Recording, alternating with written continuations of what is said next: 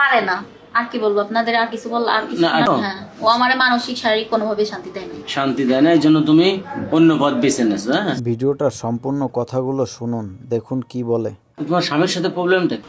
আর husband আমার সাথে যায় না। ও আচ্ছা, পারে না। আর কি বলবো আপনাদের, আর কিছু বল, আর কিছু না বেশ ভালো বুঝছি না, ভালো শারীরিক ভাবে অক্ষমই তো। হ্যাঁ, ও আমার মানসিক শারীরিক কোনোভাবে শান্তি দেয় না। মেহেদি আর এ পর্যন্ত আসে নাই ওরে বাবা। আমি রাইতে দেখিনি মেহেদিরে দিন। তার স্বামী নাকি পারে না, মানসিক সুখ দিতে পারে না, শারীরিক সুখ দিতে পারে না। সেই কারণে তার পরকীয়া প্রেমিকের সাথে তার স্বামী সন্তানকে রেখে চলে এসেছে, এসে এক জায়গায় বাসা ভাড়া করে থাকে। আমার হাজবেন্ডের সাথে আমার কোনোভাবে কোনো সম্পর্ক ভালো নাই, এই কারণে আমি ওর সাথে সম্পর্কে জড়াইছি। তারপরে কার সাথে একটু নাম বলো। নামটা বলা কি খুবই জরুরি? হ্যাঁ, মেহেদির সঙ্গে। মেহেদি না, ওর আব্বার নাম কি? ফরহাদ। ওগের বাড়িও কি সাথর? হ্যাঁ, সাথে। তোমার স্বামীর সাথে প্রবলেমটা কি? মনে হচ্ছে না কেন? বলতে দেন।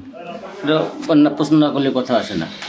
আর হাজবেন্ড আমার সাথে যায় না। ও আচ্ছা, পারে না। আর কি বলবো আপনাদের, আর কিছু বল, আর কিছু না বেশ ভালো বুঝছি না, ভালো শারীরিক ভাবে অক্ষমই তো। এই তরুণী জানান, মোবাইল ফোনে কথা বলতে বলতে পরকীয়ায় জড়িয়ে পড়ে। পরকীয়া প্রেমিকের নাম মেহেদি। সংসারের অশান্তির এক পর্যায়ে বাবার বাড়িতে পাড়ি জানায় এই তরুণী।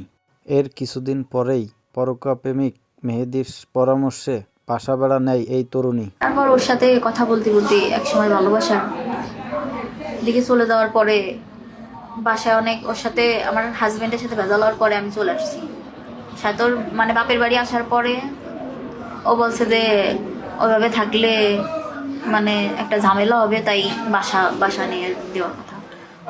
ও বাসা নিয়ে দিয়েছে, কিন্তু ও কখনো বাসা। স্বামীকে ডিভোর্স না দিয়ে পরকীয়া প্রেমিক মেহেদির সাথে বাসা ভাড়া নেয় এই তরুণী।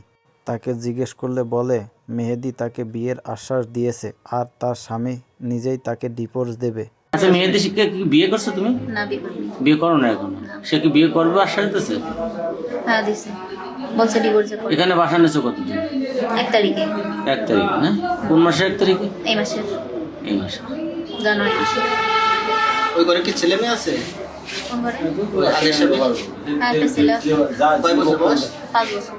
ও, তা এখানে যে আপনি 1 তারিখ থেকে বাসা নিলেন, আপনার ওই স্বামীকে কি ডিভোর্স দিচ্ছেন? না, তাহলে আপনার পূর্বের স্বামী রয়েছে, তার রাখে- এটা বেশি বিয়ে করছে নাকি দেশে? হ্যাঁ? তবে প্রেমিক মেহেদি বাসা ভাড়া নিয়ে দিলেও তারা একসাথে থাকে না এবং তাদের ভিতর কোনো খারাপ সম্পর্ক নেই, এবং বলে তার সম্পূর্ণ খরচপাতি মেহেদিই চালায় বর্তমান। আচ্ছা, 1 তারিখে মেহেদি করে নাই বিয়ে, ভাই দাঁড়ান, কেবল বাসা নিয়ে তুই 1 তারিখে আপনারা বাসা নেওয়ার পর, ঠিক আছে, মেহেদি আর আপনি বাসা নিয়েছেন, এরপরে কি মেহেদি আসছে? না, মেহেদি আসে না। তাহলে আপনি এই যে একা একা আমার থাক, কিছু লাগলে ও টাকা পাঠায় দেয়, আমি কিনে নিই। আচ্ছা আচ্ছা আচ্ছা, সেটা ঠিক আছে, কিন্তু আপনি যে একা একা একটা মেয়ে এখানে বাসা ভাড়া করে থাকতেছেন, এতে সমস্যা হচ্ছে না আপনার কোনো?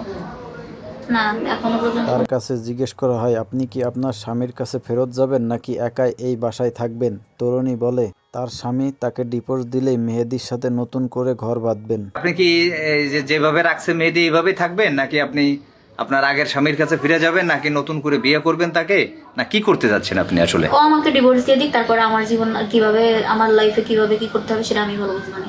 আচ্ছা আচ্ছা, মানে এক কথায় আপনি আগের স্বামীর কাছ থেকে ডিভোর্স চাচ্ছেন, হ্যাঁ।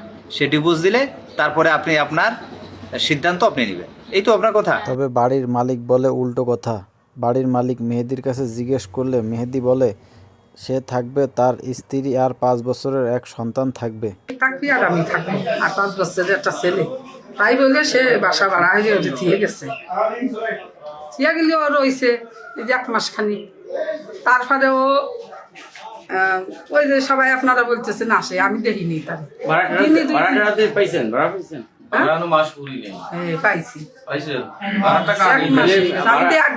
বাড়িওয়ালা জানান, মেহেদি রাত্রে বাসায় না আসলেও দিনের বেলায় বাসায় আসে, বাজার সদাই নিয়ে এগুলা দিতে আসে বাসায় রেগুলার। মেহেদি আর এ পর্যন্ত আসে নাই ওরে বাবা। আমি রাইতে দেখিনি মেহেদিরে, দিনই আমি দেখছি 2-3 দিন দিন আসে। বাজার টাজার করে দিয়ে যায় না? বাজার এলো দেখছি, ওই আমি কিছু এই বাজার হয়ে দিয়ে গেছে, কিটা তো যাবে না, তারপর অটোওয়ালার কাছে পাঠাইছে।